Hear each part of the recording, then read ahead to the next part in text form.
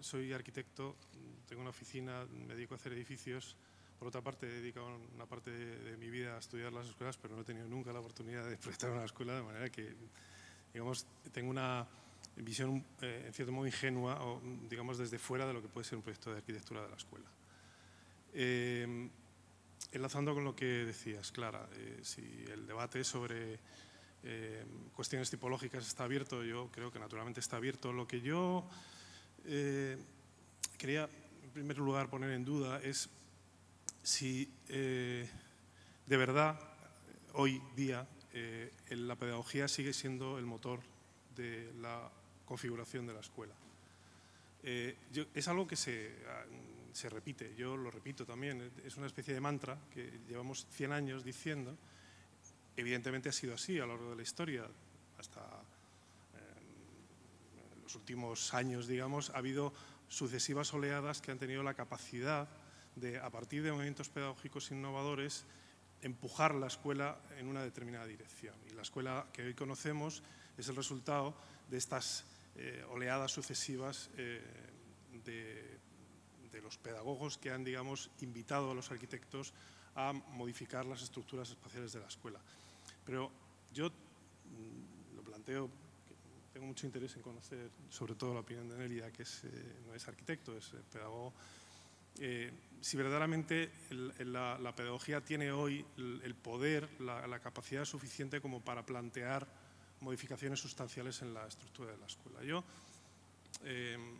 he querido resumir esta pequeña intervención en lo que, en cierto modo, a mí me gustaría hacer si tuviera en alguna ocasión la oportunidad de proyectar una escuela. Es decir, pensar en lo que me parece a mí que podría llegar a ser una escuela del futuro, apoyándome en cierto conocimiento que puedo tener sobre la historia de la escuela, y lo he resumido en 3 conceptos que quizá luego haya oportunidad de comentar o discutir, que ya se han planteado aquí.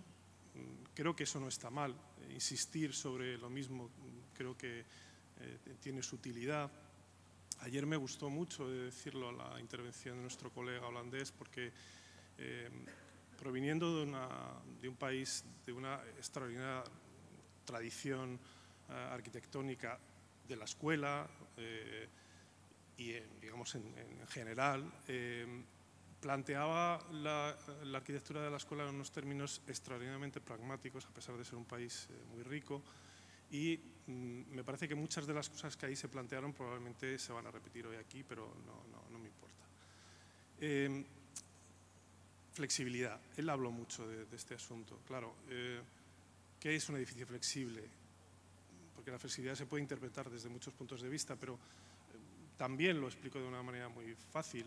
Es una cuestión de geometría, de luces estructurales bien planteadas y generosas, digamos, y de organización espacial capaz de convertirse en un momento determinado en otra cosa, o bien en asumir una pedagogía cambiante, o bien en un momento determinado, por la obsolescencia del edificio, tener la capacidad para transformarse en otra cosa. Claro, los edificios se hacen para durar, no sé, 100 años, creo yo. Ayer me decía, no, eso es mucho, ¿no? Yo, 50 años, no, 50 años tengo yo. Y mi colegio sigue en pie, sigue habiendo niños allí, y sigue funcionando de la misma manera. De manera que, como mínimo, son 50. Es decir, que yo creo que más bien tenemos que pensar en un ciclo vital mucho mayor.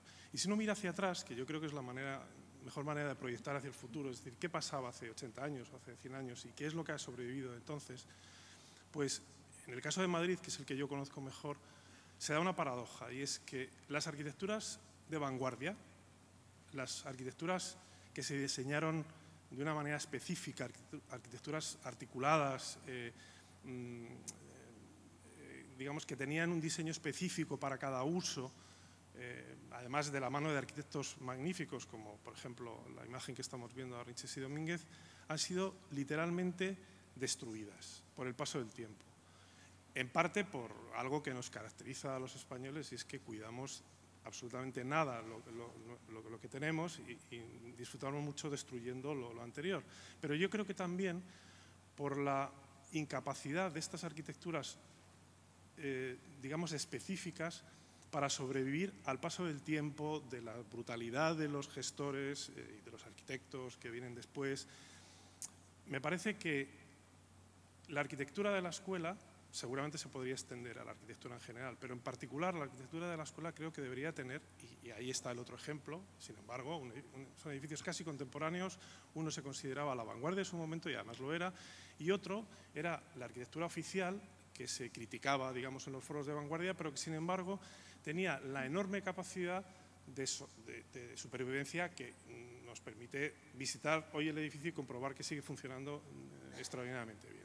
¿Y qué tenía de valor esa arquitectura? Pues que uno ve la planta y realmente lo que ve es una sucesión de espacios que parece que pueden ser utilizados de muchas formas, ¿no?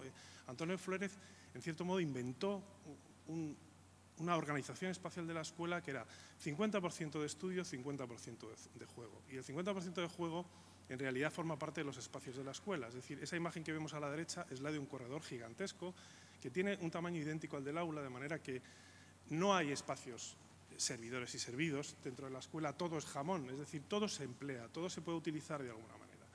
Y esto, sometido a una geometría disciplinada, produce una arquitectura, en cierto modo, intemporal. Este es uno de los valores que yo creo que debiera tener la arquitectura escolar del futuro, aunque es lógicamente extensible a otras. Esta es una escuela suiza. Bueno, es una de tantas. Podríamos seleccionar de las escuelas de los últimos años en Suiza muchas muy parecidas entre sí, que tienen una cualidad extraordinariamente actual, que es ese deseo por construir edificios que consuman poco suelo, que sean compactos desde el punto de vista volumétrico, que en su construcción y en su mantenimiento necesiten una cantidad de energía menor.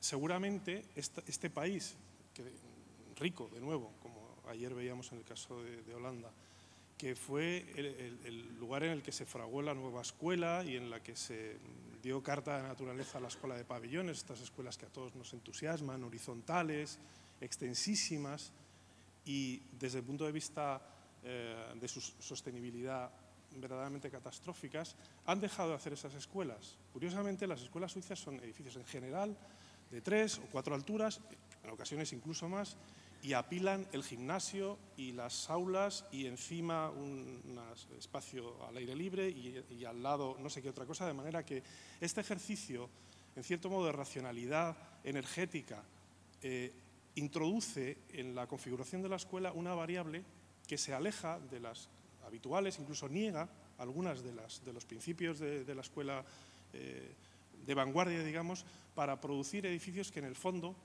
podrían llegar a ser casi cualquier otra cosa dentro de 50 años. Y a mí me parece que eso es un valor.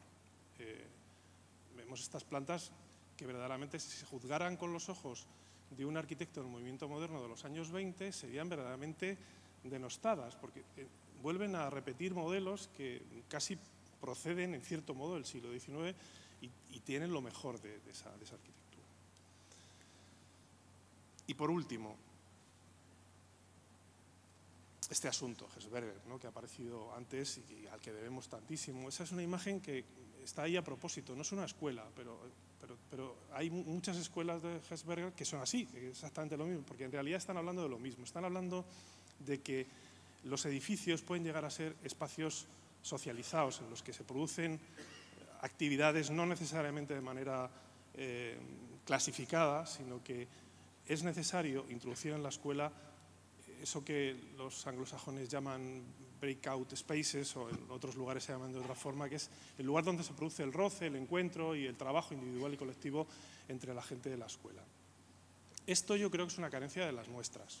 Yo ya digo, no soy un experto, no he tenido oportunidad de proyectar ninguna recientemente, pero seguimos, yo creo que con modelos que están un poquito por detrás de lo que hacen países que, lo digo sin complejo de inferioridad, lo digo como una reflexión personal, creo que siguen yendo por delante de nosotros. Y voy a acabar con una anécdota que en cierto modo resume algunas de las cosas que he mencionado.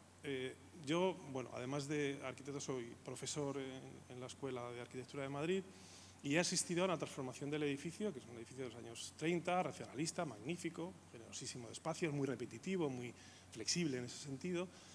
En los años 90, el director de entonces, Ricardo Aroca, tomó una decisión espléndida que fue limpiar el edificio, es decir, quitar de unos espacios generosos que estaban en distintas plantas, vestíbulos de cierto modo palaciegos, limpiarlos de una ocupación sucesiva de pequeños cuartitos y despachitos, con lo cual la escuela recuperó su configuración original y todos respiramos porque dignificó enormemente la calidad espacial del edificio. Pero esos vestíbulos no se usaron mucho, realmente eran espléndidos, pero no llegaron a alojar ningún uso. Hace 2 años, el actual director, Luis Maldonado, ha hecho una cosa sencillísima, que es colocar mesas circulares donde pueden trabajar 4 o 5 personas con un enchufe, una toma de red, una iluminación autónoma y la escuela se ha transformado completamente. Es decir, todos estos enormes espacios de encuentro, de descanso, había unos bancos, se han convertido en el alma de la escuela. Realmente, donde está la escuela es ahí.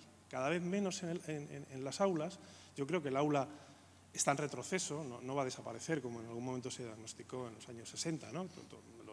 Digamos, la vanguardia entonces decía que el aula debía desaparecer. Yo creo que no va a desaparecer nunca, pero sí me parece que este tipo de espacios en los que se produce esta...